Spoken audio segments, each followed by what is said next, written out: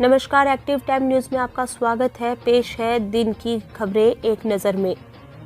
सरकारी अस्पताल में कोरोना उपचार की पर्याप्त सुविधा नहीं, प्राइवेट अस्पतालों ने बना रखा बड़ी कमाई का जरिया। प्राइवेट अस्पतालों में कोरोना इलाज के नाम पर मनमानी वसूली। सरकार द्वारा तय दरों से कई गुना अधिक वसूले जा रहे इलाज पर खर्च। 19 को कलेक्ट्रेट पर धरना प्रदर्शन। श्रीगंगानगर में करोड़ों रुपए का बजट सरकार से मिलने के बाद भी राजकीय अस्पताल में कोविड जांच व उपचार की पर्याप्त व्यवस्था नहीं। कोविड वार्ड में साधनों संसाधनों का अभाव। कोरोना पीड़ितों को अनेक परेशानियों का सामना करना पड़ता है। इलाज के लिए मजबूरी में लोग सरकार द्वारा निर्धारित प्राइवेट अस्पतालों के कोविड सेंटरों पर इलाज करवा रहे हैं। राज्य सरकार ने प्राइवेट अस्पताल के कोविड सेंटर पर मरीज से 4,000 रुपये प्रतिदिन के हिसाब से चार्ज दर निर्धारित कर रखी है। प्राइवेट अस्पतालों में भी इलाज के नाम पर सिर्फ मोटे मोटे बिल ही बनाए जा रहे हैं। मरीज की स्थिति बिगड़ने लगती है तो उसे रेफर कर दिया जाता है। एक आम आदमी के लिए सरकारी अस्पताल में ही इलाज करवाना संभव है। प्राइवेट अस्पतालों के चार्ज बढ़ते तो उसकी कमर टूटकर रह जाती है। कोविड-19 से पीड़ित मरीजों के इलाज के नाम पर प्राइवेट अस्पताल संचालकों द्वारा मनमानी वसूली के विरोध में लगभग दर्जन भर पार्षदों ने जिला कलेक्टर के सरकारी आवास के समक्ष प्रदर्शन किया। पार्षदों का उपसभापति लोकेश मनचंदा व भाजपा पार्षद कमल नारंग ने आरोप लगाया कि कलेक्टर ने उनसे ज्ञापन तक नहीं लिया। ज्ञापन की प्रति कलेक्टर के आवास पर चस्पा करनी पड़ी। भाजपा पार्षद कमल नारंग ने बताया कि अगर प्रशासन ने निजी अस्पतालों की मनमानी पर रोक नहीं लगाई, पार्षद 19 नवंबर को कलेक्ट्रेट पर प्रदर्शन करेंगे। कोविड-19 से बचाव के नाम पर सरकार करोड़ों रुपए प्रचार प्रसार पर खर्च कर रही। दूसरी ओर सरकारी अस्पतालों में कोरोना जांच व उपचार की पूरी सुविधा तक नहीं है। एक प्राइवेट अस्पताल के कोविड सेंटर में इलाज करवा रहे मरीजों से 6 दिन के 1,30,000 रुपए तक के बिल मरीजों को थमाए जा रहे हैं। पूर्व उपसभापति अजय दावड़ा लकी का कहना है कि सरकारी अस्पताल में कोरोना मरीजों को पर्याप्त इलाज नहीं मिल रहा। ऑक्सीजन की कमी बताकर शहर के एक निजी अस्पताल में उपचार के लिए रेफर कर दिया जाता है। अस्पताल में निर्धारित दर से 4-5 गुना मरीजों से वसूला जा रहा है। सर्दी के तेवर हुए तेज, कोहरे की चादर में लिपटे ग्रामीण इलाके। 2 दिन पहले हुई बारिश और ओलावृष्टि और उत्तरी भारत में हो रही बर्फबारी से जयपुर सहित प्रदेश के अन्य शहरों में सर्दी के तेवर बढ़ा दिए। पूर्वानुमान के मुताबिक आज जयपुर, दौसा, भरतपुर सहित कई शहरों में सुबह कोहरे की चादर छाई रही। कोहरे का ज्यादा प्रभाव ग्रामीण क्षेत्रों में ही दिखा। कोहरे के कारण ग्रामीण क्षेत्रों में वाहन चालकों को सुबह लाइट जलाकर चलना पड़ा। मौसम विभाग जयपुर के निदेशक RS शर्मा ने बताया कि पश्चिमी विक्षोभ का प्रभाव खत्म हो गया। आगामी 4-5 दिनों तक राजस्थान में मौसम मुख्यतः शुष्क रहेगा। एक बार पुनः उत्तरी हवाओं के प्रभाव से दिन के अधिकतम तापमान तथा रात्रि न्यूनतम तापमान में 3 से 4 डिग्री गिरावट होने की पूरी संभावना है। बीकानेर में बदला मौसम, ठंडी हवाओं के साथ बीकानेर में सर्दी चढ़ने लगी परवान। उत्तर भारत में हो रही बर्फबारी और पश्चिमी विक्षोभ के असर से राजस्थान में मौसम का मिजाज बदल गया है। बीकानेर में पारा 12 डिग्री सेल्सियस तक पहुंच गया। प्रदेश के कुछ हिस्सों में हुई बारिश व ओलावृष्टि के असर से बीकानेर में मौसम में बदलाव आ गया। आगामी 2-3 दिनों में पारे में 3 से लेकर 5 डिग्री तक गिरावट आने से सर्दी का जोर बढ़ेगा। मौसमी जनित बीमारियां भी बढ़ने के आसार। बीकानेर के नोखा, लूनकरनसर, श्री डूंगरगढ़, खाजूवाला सहित अन्य कस्बा क्षेत्र में भी सर्दी बढ़ गई है। उदयपुर कलेक्टर चेतन देवड़ा को हुआ कोरोना, अशोक भवन में हुए होम आइसोलेट। उदयपुर के मुख्य चिकित्सा एवं स्वास्थ्य अधिकारी दिनेश खराड़ी ने बताया, उदयपुर कलेक्टर चेतन देवड़ा ने रूटीन टेस्ट करवाया जिसमें उनकी कोरोना रिपोर्ट पॉजिटिव आई। अब उदयपुर कलेक्ट्रेट होम क्वारंटीन पर। उदयपुर में पंचायत समिति और जिला परिषद के चुनाव भी होने हैं।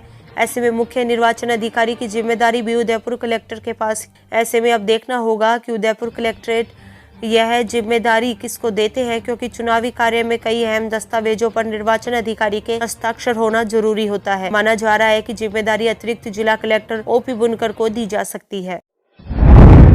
आगरा से अजमेर जाने वाली भारी वाहनों को शहर के बीच से नहीं गुजरना होगा। 20,000 वाहनों का बोझ घटेगा। जयपुर में बनी दक्षिण रिंग रोड पर NHAI ने ट्रैफिक संचालन शुरू करवा दिया। इससे शहरों में वाहनों का बोझ कम होगा। हैवी ट्रैफिक और जाम से शहरवासियों को जल्द निजात मिलने वाली अजमेर रोड से आगरा रोड को जोड़ने वाली दक्षिण रिंग रोड पर नेशनल हाईवे अथॉरिटी ने ट्रैफिक संचालन शुरू करवा दिया। अजमेर की तरफ से जयपुर होकर आगरा भरतपुर जाने वाले लोगों को जयपुर शहर के बीच से होकर नहीं गुजरना पड़ेगा। इसके अलावा भरतपुर आगरा मथुरा की ओर से आने वाले वाहनों को भी अजमेर जाने की राह आसान हो जाएगी।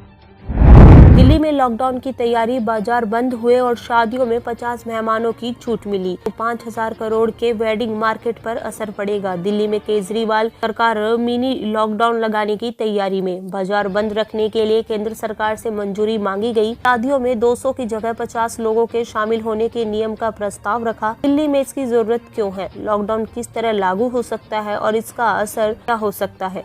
17,713 मौतें हो चुकी हैं। पिछले हफ्ते दिल्ली के अलग अलग बाजारों में हर दिन 1 लाख से 3 लाख लोग पहुंच रहे थे। इस वजह से कोरोना के मामलों में इजाफा हुआ। दिल्ली के स्वास्थ्य मंत्री सत्येंद्र जैन के मुताबिक देश की राजधानी में 28 अक्टूबर से कोरोना की तीसरी लहर शुरू हुई थी, जो अब जा चुकी है। केंद्र सरकार का स्वास्थ्य मंत्रालय कह रहा है कि तीसरी लहर के बारे में अभी अंदाज लगाना मुश्किल है।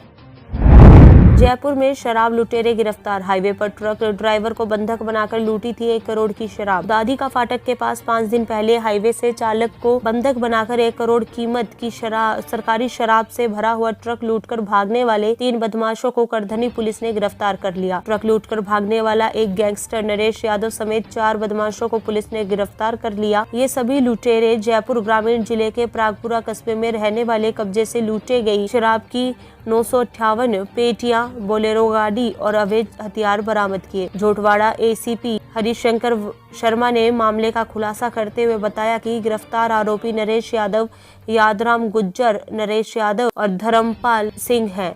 नरेश यादव गैंग का मास्टरमाइंड है।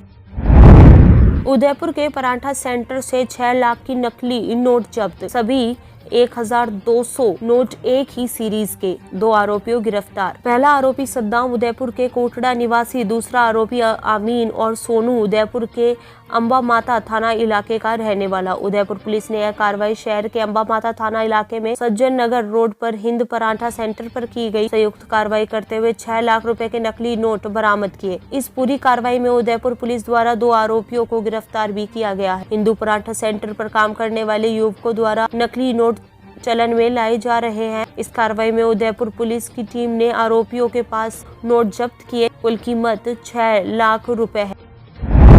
भाजपा सांसद रीता बहुगुणा की पोती की पटाखों से झुलसने से मौत। इलाहाबाद से भाजपा सांसद डॉक्टर रीता बहुगुणा जोशी की 8 साल की पोती की मौत हो गई। दिवाली की रात पटाखा जलाने के दौरान झुलस गई। प्रयागराज के निजी अस्पताल में उसका इलाज चल रहा। हालात में सुधार न होने की वजह से दिल्ली ले जाने की तैयारी, लेकिन उससे पहले ही दम तोड़ दिया। किया रीता के बेटे मयंक की बेटी थी। दिवाली पर किया अपनी माँ के साथ प्रयागराज कैंट में अपने ननियाल गई। पटाखे से उसके कपड़ों में आग लग गई, जिससे वह गंभीर रूप से झुलस गई। किया हाल ही में अपनी मां ऋचा जोशी और दादा दादी के साथ कोरोना से ठीक होकर लौटी थी।